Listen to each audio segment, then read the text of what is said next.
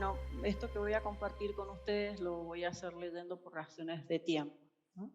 El aporte empresario es como lo he titulado y se enfoca en esto de superar la precariedad, la informalidad y la explotación laboral, que es un gran desafío que involucra a los empresarios, pero también al Estado, a los trabajadores, a los sindicalistas y a la sociedad en su conjunto. Acá pueden aplicarse las palabras del Papa Francisco en esta barca estamos todos. Los empresarios cristianos, o mejor aún, los cristianos empresarios, están llamados a hacer un gran aporte a la sociedad. Esa es su vocación fundamental y ese aporte, además de la producción de bienes y servicios, consiste en la creación de fuentes genuinas de trabajo que tengan impacto en la mayor calidad de vida de las personas. Esto debe hacerse a través de una administración eficiente que asegure la continuidad de la fuente de trabajo, la propia en forma directa y la de los proveedores en forma indirecta. Al pensar en la misión de los empresarios como generadores de fuente de trabajo, vienen a la mente las palabras de Jesús al ver a la muchedumbre hambrienta: denles ustedes mismos de comer. Y es que, tal como lo expresa el título del libro de Guillermo Sandoval, las manos humanas son las manos de Dios. El cristiano empresario está llamado a aplicar en forma permanente el método del ver, juzgar y actuar, estando atento, acompañando a sus colaboradores y haciendo un discernimiento conjunto, dejándose guiar por la verdad, viviendo en el día a día la justicia, respetando la libertad de los demás sin imposiciones arbitrarias y viviendo esas relaciones laborales con sincera caridad. No se es empresario por ser dueño de una empresa, sino por asumir la gran responsabilidad social de dirigirla de forma tal que se vaya construyendo el bien común, respetando siempre la dignidad de la persona humana, la de los empleados, dirigentes, clientes, proveedores, funcionarios del Estado y vecinos también. Partiendo de la realidad que vivimos día a día, es posible observar en forma frecuente y principalmente en las relaciones comerciales y laborales, la naturalización de prácticas que, generalmente ejerciendo algún tipo de ventaja, no necesariamente competitiva, sino abusiva y de diversas maneras, quitan algo de valor, tiempo o dinero, o cargan costos propios de un integrante a otro integrante de la cadena productiva. Muchas veces se disfrazan de avance tecnológico, otras de reducción de costos. Es lo que podríamos llamar valor quitado, el cual no siempre se mide y en caso de hacerlo sería difícil poder cuantificarlo, pero cuantificado o no, mensurable o no, existe. Y en cuanto tal, en cuanto valor quitado, no aporta al bien común, sino más bien a meros intereses particulares. Este valor quitado puede recaer sobre cualquier integrante de la cadena productiva.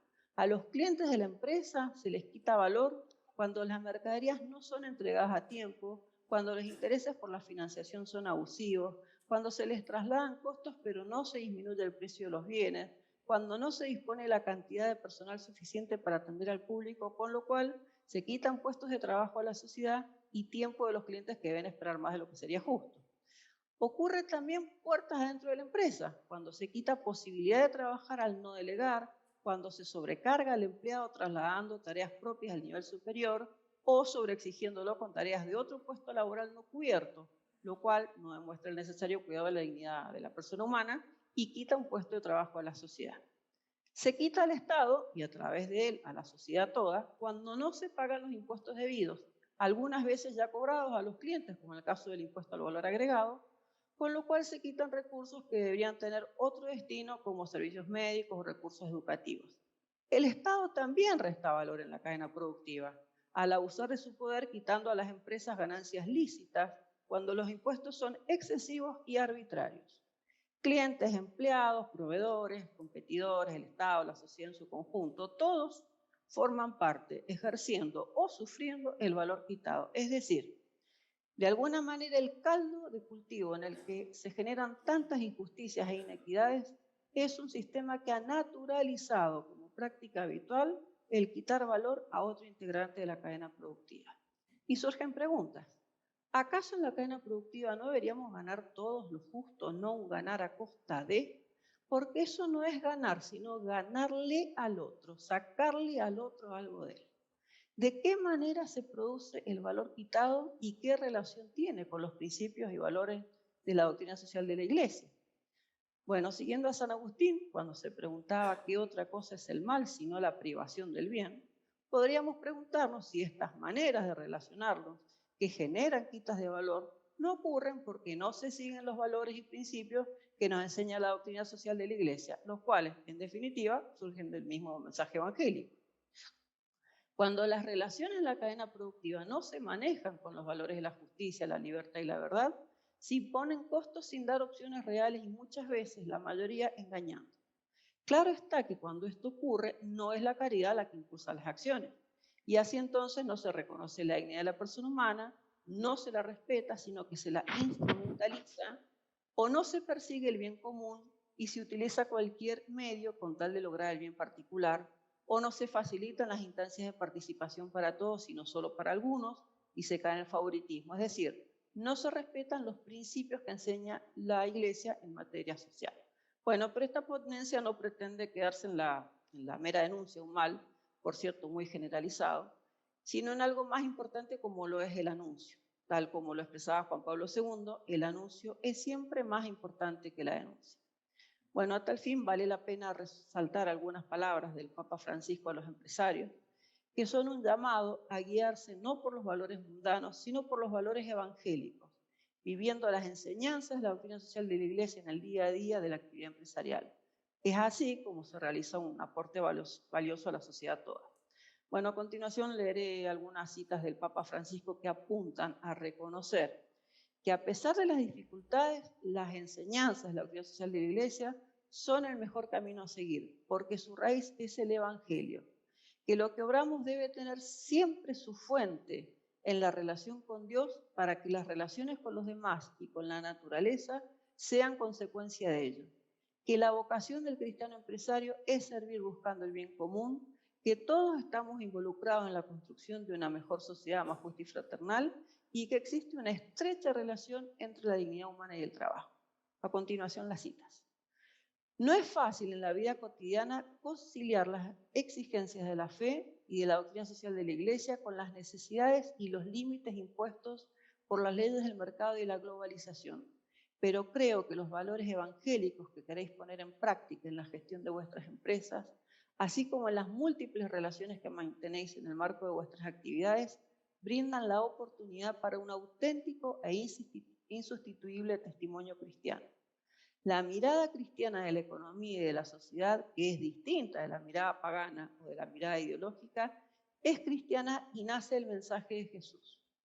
El emprendedor católico, para poder ser signo de la presencia de Dios en el mundo de la economía y del trabajo, tiene que cuidar la relación con el Señor.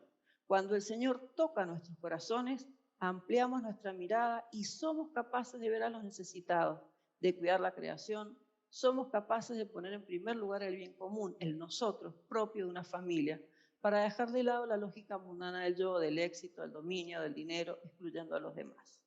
Las empresas no deben existir para ganar dinero, aunque el dinero sirva para medir su funcionamiento. Las empresas existen para servir.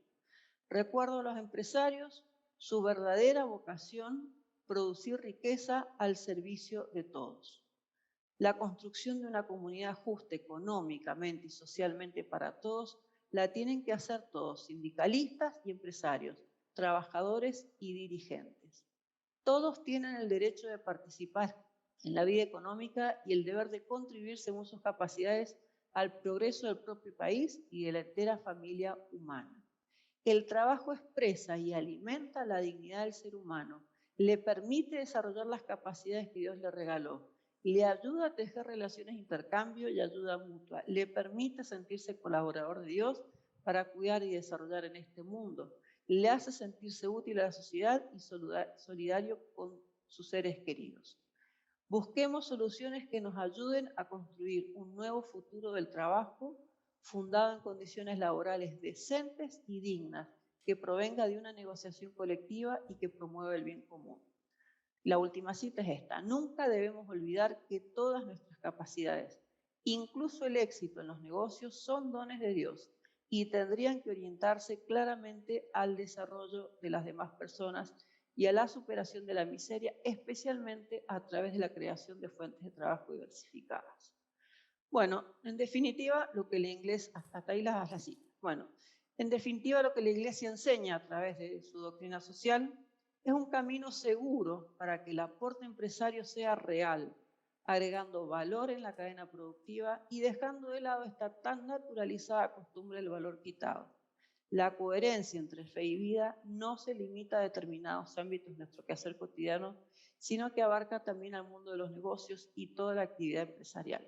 Para cerrar, cito a Enrique Yo, fundador de ACDE, Asociación Cristiana de Dirigentes de Empresas, quien decía: debemos tener en cuenta la repercusión social de nuestros actos, ya que a diario se aplica o niega la doctrina social de la Iglesia sin tener a veces noción clara de lo que se hace. Debemos crear trabajo y cuanto más eficiente sea nuestra labor, más recursos tendrá la providencia para repartir entre pobres y necesitados.